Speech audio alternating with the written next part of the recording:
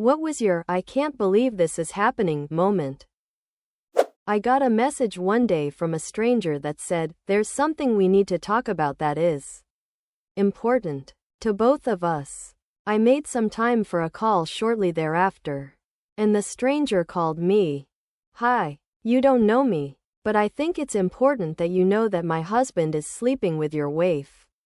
I know this because he left his Facebook logged into our computer at home, and I see everything they have been chatting about for months." Boom. Life upended. I was good to my wife. Really good. Then my life exploded. Children were involved, and families destroyed on all sides. That was the start of the worst year of my life. Over the next 6 months, I lost 40 pounds of weight and probably shortened my life by 10 years due to stress. Bonus points. It turns out that in my appointed position with the local government, I had given the guy an award the year before for his service to children. Good news. It's all good now. It was bound to happen. As I learned later, she was a serial cheater before me. So, it's not like it wasn't going to happen at some point. I am with a great person now, and family life is great. I was in Rio. My mother had just given some money to a homeless dude. Few after that, a wild burglar appears, holding a knife against her chest. She gave him her purse and he run away. The homeless dude then stood up and said something like, "She's a nice woman. Do not steal from her." They started arguing and the purse came flying, somersaults and all, back to her arms. I was swimming at a lake last summer. My sister has 7 kids, so I was helping her keep an eye on them. A little boy was bouncing up and down beside me. I thought the kids next to him were with him. Then I realized they swam away and he was by himself. But he wasn't play jumping. He was trying to stay above water. After 4 seconds of him going under and seeing that he actually wasn't tall enough to be in the 4-foot water, I reached over and grabbed him. Kid almost drowned. Turns out he was about 3 years old. He puked up 2 bunch of water all over me and I held that stranger's kid in a hug so tight. The parents were 20 feet away with their backs turned. It took me a good 10 minutes to find them after standing there in the lake screaming for them and asking random people if that was their kid. Could not stop shaking with the realization this kid could have died. And I just saved him. I had to leave after that and haven't been back to that lake since. People, watch your kids please. Tons of kids die every year. Takes 1 minute of distraction. Edit. So I should mention the lake was Keystone State Park. They have no lifeguards on duty except for the holidays. Swim at your own risk. It was only June and from what I heard later, kids crowned there all the time. The parents were grateful, but I think they were extremely embarrassed. As they should have been. The day my daughter was born, my sister showed up unexpectedly at the hospital. I assumed she was dropping by to see the baby. Nope. My dad was literally next door in the heart ward. This was a huge place and it was totally by chance. There were double doors between the baby and heart ward and he was on the other side with complications for heart failure. The emotions were so strong and conflicting I had to turn them off and I'm not sure they ever really came back. I woke up from what felt like a dream. Kind of like when you are half asleep and someone is talking to you and you know that they're there, but your mind is somewhere else. I was woken up to a man asking me what my name was and my first thought was, well, that's a pretty good question, isn't it? I wasn't quite sure what my name was. I was still in a dream-like state where I couldn't really grasp the physical world. Then he asked me what day it was. To which I thought, I couldn't tell you what day it was most days of the week. And then it DLCKED. It was Christmas Day. The guy waking me up was a paramedic getting ready to load me into a helicopter. My face was so broken that I couldn't open my eyes or make any sound more than a moan. But I Wasn't in pain. My next thought was damage control. I got fucked up somehow.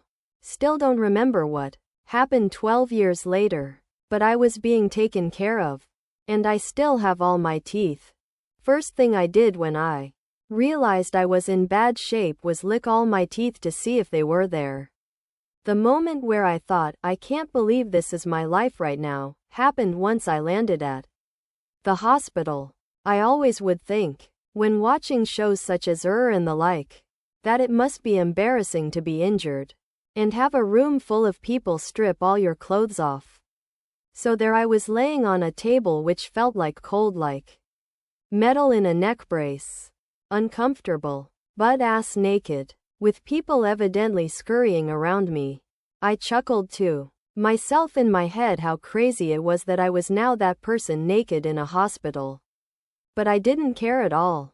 I was just comforted that I was being taken care of.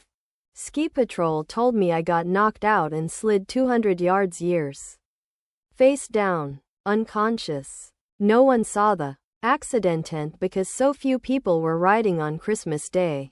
But they could tell by the tracks that I had left. I don't remember what happened at all, however. Needless to say, I wear a helmet when I ride now, which everyone should regardless of skill level. THDR, don't smash your face on a mountain at high speed. Edit. Mobile autocorrect. Formatting. Checking a regular guest out of my hotel when I realized he was having a stroke. Mumbling. Repeating himself. Couldn't even sign his name.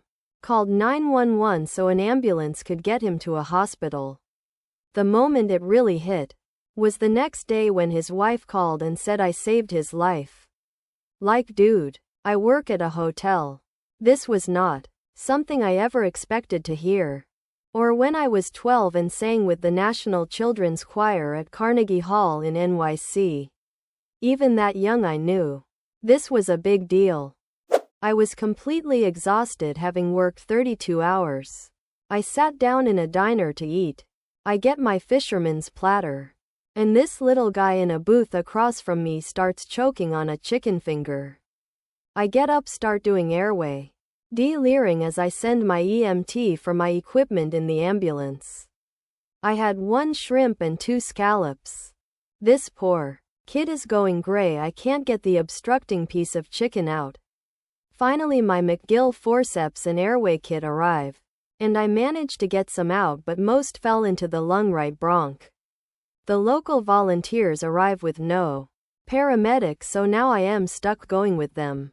I go to the hospital and basically kiss my dinner goodbye on the way out the door. My EMT stays behind to clean up and gather our crap. I take the ride in and thankfully the boy was fine, but I was ready to pass out from lack of food. I do my paperwork and my EMT shows up. She says, "We have to go back to the diner."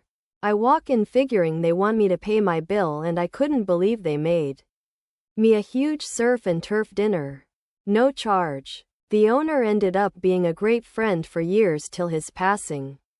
I couldn't believe though that kid started choking right as my meal came.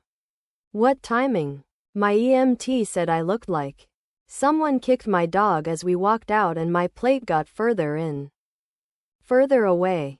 Finding out I had epilepsy all my life when I was 45 years old.